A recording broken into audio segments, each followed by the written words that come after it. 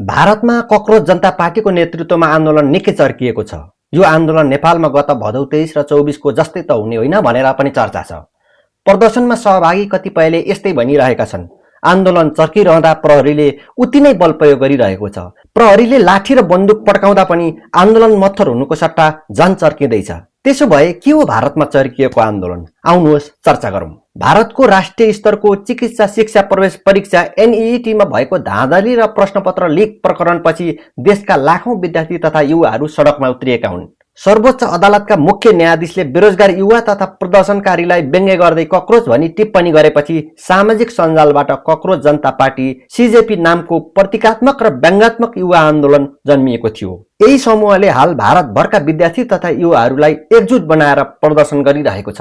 लाखौं विद्यार्थीले दिने एनईईटी परीक्षाको प्रश्नपत्र लिक भएको पुष्टि भएपछि परीक्षा परिणाम रद्द गरी पुनः परीक्षा गराउने निर्णय भयो, जसले गर्दा विद्यार्थीहरू मानसिक तनाव र अन्योलमा परे। परीक्षाको तनाव र अन्योलका कारण केही विद्यार्थीहरूले आत्महत्या गरेपछि युवाहरूमा तीव्र आक्रोश पैदा भएको थियो। लद्दाखका चर्चित अभियन्ता सोनम वाङचुकले विद्यार्थीहरूको समर्थनमा आमरण अनसन सुरु गरे, तर प्रहरीले अनसनरत अभियन्ता वाङचुकलाई जबरजस्ती अस्पताल सारेको भन्ने आन्दोलनले थप चर्को रूप लियो। अहिलेको मुख्यमा केन्द्रीय शिक्षा मन्त्री धर्मेन्द्र प्रधानले परीक्षा धाँधलीको नैतिक जिम्मेवारी लिँदै राजीनामा दिनुपर्ने भन्ने छ। प्रश्नपत्र लिकका कारण उत्पन्न तनावले आत्महत्या गरेका विद्यार्थीका परिवारलाई 1 करोड आर्थिक सहायता दिनुपर्ने पनि माग छ।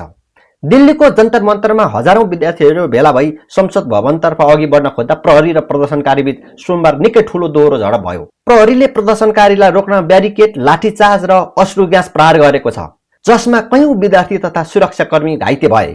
प्रदर्शन क्षेत्रमा भिड नियन्त्रण गर्न दिल्लीका केही मेट्रो स्टेशन बन्द गराइएको छ भने कतिपय क्षेत्रमा मोबाइल इन्टरनेट सेवा रोकिएको छ।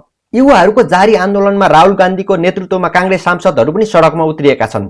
प्रधानमन्त्री निवास लोक कल्याण मार्ग बाहिर राहुल गान्धी सहितका सांसदहरूले धरना दिइरहेको बेला त्यसमा पनि प्रहरीले हस्तक्षेप गरेको छ। राहुल गान्धी, प्रियङ्का गान्धी र अखिलेश यादवलाई प्रधानमन्त्री निवास बाहिरबाट हिरासतमा लिएको छ। युवाहरू भने सडकमा निकै आक्रोशित देखिन्छन्। भारतमा जारी आन्दोलन कहाँ पुगेर टुङ्गिन्छ त्यो भनी हेर्न बाँकी छ।